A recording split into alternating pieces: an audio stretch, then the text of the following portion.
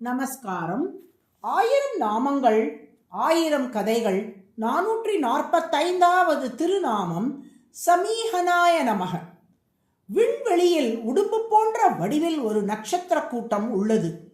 அதற்கு சிம்சுமார சக்கரம் என்று பெயர். இந்த சிம்சுமார சக்கர வடிவில் திருமாலே எழுந்தருளியுள்ளார். திருமாலின் நட்சத்திரமயமான இந்த வடிவின் வால் பகுதியில் தான் துருவ நட்சத்திரம் உள்ளது.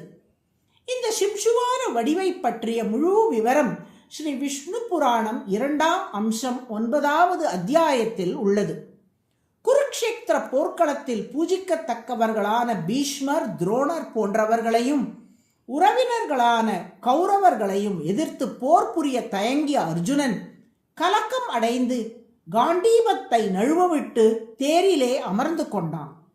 அவனை தேற்றுவதற்காக பகவத்கீதையை உபதேசிக்கத் தொடங்கினான் கண்ணபிரான். அர்ஜுனா, இவர்களின் உடல்களைத்தான் நீ அழிக்கப் போகிறாய். ஜீவாத்மாக்களை நீ அழிக்கப் போவதில்லை. ஜீவாத்மாக்களை ஆயுதங்களால் வெட்ட முடியாது, நெருப்பால் எரிக்க முடியாது, காற்றால் உலர்த்த முடியாது, நீரால் நனைக்க முடியாது. பரமாத்மாவாகிய நான் எப்படி எப்போதும் இருப்பேனோ அதுபோல் ஜீவாத்மாக்களும் நித்தியமாக எப்போதும் இருப்பார்கள். ஜீவாத்மாவின் தன்மையை அறிய வேண்டும் என்றால் உனக்கான கடமையை பலனில் பற்று வைக்காமல் செய். அவ்வாறு கடமையை செய்து கர்மயோகத்தில் ஈடுபட்டால் அது உன்னை ஞான யோகத்தில் கொண்டு போய் சேர்க்கும். ஞான யோகத்தை பயின்றி ஜீவாத்மாவை தியானித்தால் ஆத்ம சாட்சா்காரத்தை நீ அடைவாய் என்று அறிவுறுத்தினான் கண்ணன். இதை கேட்ட அர்ஜுனன், கடமையை செய்தலாகிய கர்மயோகத்தில் ஈடுபட வேண்டும் என்றால் நான் மன்னனாகிய எனக்குரிய கடமையாகிய இந்த கோரமான போரை செய்ய நேரிடும். அதற்கு பதிலாக நான் ஞான யோகத்தை பின்பற்றிய ஆத்மாவை தியானிக்கிறேன் என்று கண்ணனிடம் சொன்னான். அதற்கு கண்ணன், கர்மயோகம்தான் செய்வதற்கு எளிதானது. ஞான யோகத்தை சில காலம் பின்பற்றிய பின் நீ நழுவ வாய்ப்புண்டு. ஆனால் பழகிய கர்மயோகத்தில் இருந்து நழுவுவதற்கு வாய்ப்பில்லை. செயல் செய்தே பழகிய உன் போன்றவர்களால் செயல்களை நிறுத்திவிட்டு ஞான யோகம் பயில்வது மிகவும் கடினம். இயற்கையின் போக்கோடு இணைந்து செயல்புரிவதே நலம். ஜனகர் போன்றோர் எல்லாம் கர்மயோகத்தை பின்பற்றியே ஆத்ம சாட்சா்காரம் பெற்றார்கள். எனவே உன் கடமையாகிய இந்த போரை செய். பிறரை கொல்ல வேண்டும் என்பதற்காக இதை நான் செய்ய சொல்லவில்லை. அறத்தையும் நாட்டையும் மக்களையும் காக்கும் கடமை மன்னனாகிய உனக்கு உண்டு. அந்த கடமையை உணர்ந்து பலனில் பற்று வைக்காமல் போர் புரிக என்றான் கண்ணன்.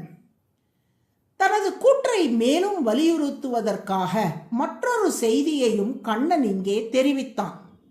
ஆதி காலத்தில் இறைவன் தன்னையே சொல்லிக் கொள்ளுகிறான் கண்ணன்.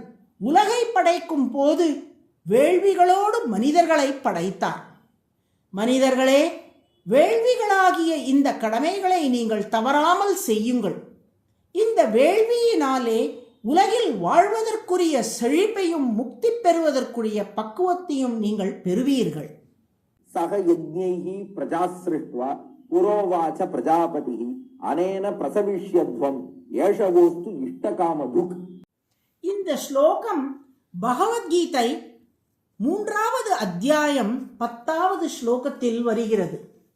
எனவே உலகை படைக்கும் போதே இறைவன் அவரவருக்கென்று சில கடமைகளை தந்துள்ளார். அவற்றை தவறாமல் ஒவ்வொருவரும் செய்ய வேண்டும் என்பதே இறைவனின் ஆணை. நீயும் உன் கடமையை செய்வாயாக என்று கூறினான். இப்படி ஒவ்வொருவருக்கும் அவருக்குரிய கடமைகளை தந்து அந்த கடமைகளை நிறைவேற்றும்படி அவர்களை தூண்டும் திருமால் சமீஹனக என்று அழைக்கப்படுகிறார். சமீஹனக என்றால் அனைவரையும் அவரவர் கடமையில் ஈடுபடுத்துபவர் என்று பொருள். சிம்சுமார சக்கர வடிவில் இருந்தபடி நட்சத்திரங்களும் கிரகங்களும் தங்களுக்கு உரிய முறையில் சுழலும்படி அவைகளையும் நிர்வகிக்கின்றார் திருமால். அதனால் சமீஹனக என்று அழைக்கப்படுகிறார். அதுவே சகஸ்ரநாமத்தின் 445வது திருநாமம். சமீகனாய நமக என தினமும் சொல்லி வரும் அன்பர்கள் சிறந்த கடமை வீரர்களாக விளங்கும்படி திருமால் அருள் புரிவார். நாராயண நாராயண.